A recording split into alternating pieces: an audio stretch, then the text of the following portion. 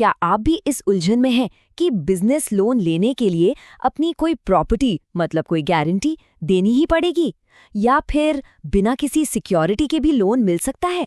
देखिए, ज्यादातर लोग इसी एक सवाल में फंसे रहते हैं। तो चलिए आज इस पूरी गुत्थी को सुलझाते हैं और समझते हैं कि बैंक के अंदर की असली कहानी है क्या।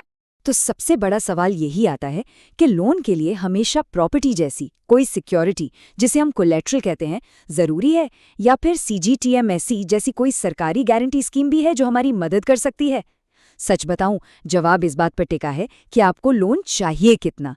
जी हाँ, आपका लोन अमाउंट ही ये तय करेगा कि आपको किस रास्ते पर चलना है।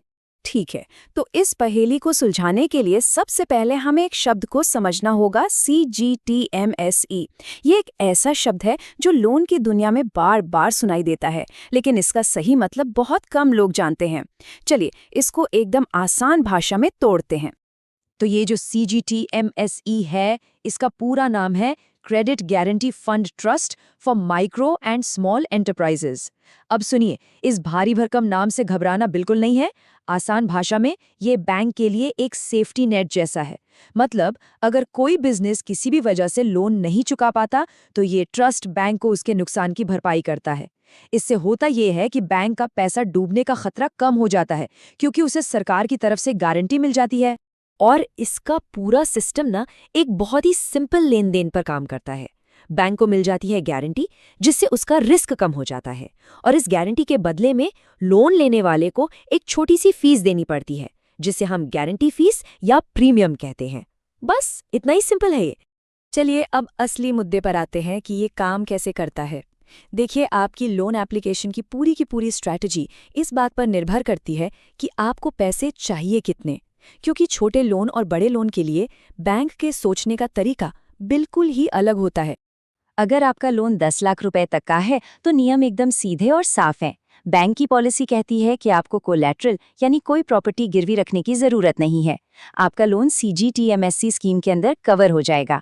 हाँ, बस इसके लिए जो प्रीमियम या फीस लगती है वो आपको भरनी होगी। सिंपल। लेकिन जैसे ही लोन की रकम 10 लाख रुपए से ऊपर जाती है, पूरा खेल बदल जाता है। अब आपके सामने दो रास्ते खुलते हैं। पहला रास्ता तो वही पुराना और भरोसेमंद है कि आप सिक्योरिटी के तौर पर अपनी कोई प्रॉपर्टी या कोई एसेट बैंक को ऑफर कर दें। और दूसरा रास्ता ये है कि आप बिना प्रॉपर्टी के एक इतना जबरदस्त और दमदार बिजनेस प्लान पेश करें कि बैंक को आपके आइडिया पर पूरा भरोसा हो जाए और वो खुद CGTMSE कवर लेने को तैयार हो जाए। और यहीं पर आकर लोग सबसे बड़ी और सबसे आम गलती कर बैठते हैं। उन्हें लगता है कि अरे, CGTMSE स्कीम तो है ही, बैंक का तो कोई रिस्क है नहीं, तो कैसा भी बिजनेस प्लान बनाकर दे दो, चल जाएगा।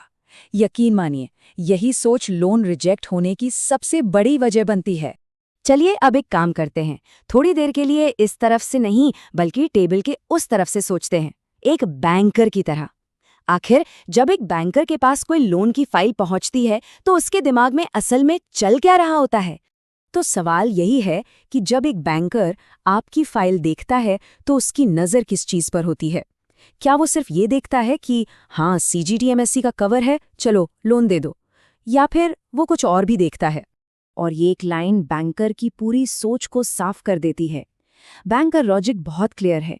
CGTMSE फाइनेंशियल रिस्क को कवर करने के लिए बनाया गया है, किसी बुरे या बिना सोचे समझे बनाए गए बिजनेस आइडिया को फंड करने के लिए नहीं। अगर आपका प्रोजेक्ट ही कमजोर है तो CGTMSE होने के बावजूद आपकी एप्लीकेशन रिजेक्ट ही होगी। तो फिर असली वजह क्या है? पहली, लोन लेने वाले को या तो CGTMSE का मतलब ही नहीं पता होता या वो उसका प्रीमियम नहीं देना चाहता। दूसरी, बिजनेस प्लान में कोई दम नहीं होता, ये साफ ही नहीं होता कि पैसा वापस कैसे आएगा। मतलब सबसे जरूरी बात यह है कि लोन स्कीम की कमी की वजह से नहीं बल्कि आपकी तैयारी में कमी की वजह से रिजेक्ट होता है। तो अब सवाल ये आता है कि आपको कौन सा रास्ता चुनना चाहिए। देखिए, ये टेबल आपकी मदद कर सकती है। अगर कोई नया एंटरप्रेन्योर है जिसके पास कोई प्रॉपर्टी नहीं है और छोटा लोन चाहिए तो उसके लिए CGTMSE ही बेस्ट ऑप्शन है। लेकिन अगर किसी का बिजनेस पहले से जमा हुआ है, उसे बड़ा लोन चाहिए और वो हर साल लगने वाले प्रीमियम के चार्ज से बचना चाहता है, तो कोलैटरल देना एक ज्यादा स्मार्ट और फायदेमंद फैसला हो सकता है। तो इन सभी बातों को मिलाकर अब हम एक सीधे साधे सक्सेस फॉर्मूला पर आते हैं। ये एक 5 स्टेप की चेकलिस्ट है जो आपके लोन अप्रूवल के चांस को कई गुना बढ़ा सकती है। तो ये हैं वो 5 कदम। नंबर 1, आपका बिजनेस मॉडल एकदम क्रिस्टल क्लियर हो, आप पैसा कमाएंगे कैसे। नंबर 2, प्रोजेक्ट की लागत का पाई का हिसाब तैयार हो। नंबर 3, आपका अपना पैसा, जिसे मार्जिन मनी कहते हैं, वो रेडी होना चाहिए। इससे बैंक को भरोसा होता है।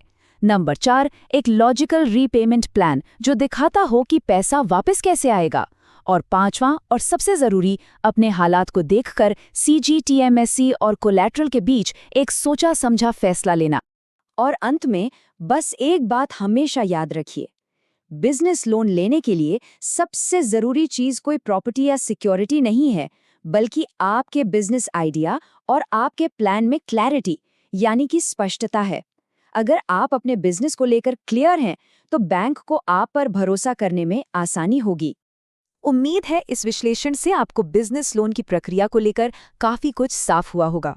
अगर आप चाहते हैं कि हम ऐसे ही मुश्किल विषयों को आपके लिए आसान बनाते रहें, तो इस चैनल को लाइक, शेयर और सब्सक्राइब करना बिल्कुल मत भूलिएगा। और हाँ, कमेंट्स में हमें ज़रूर बताइए कि अगला कौन सा टॉपिक है जिसे आप समझना चाहते हैं।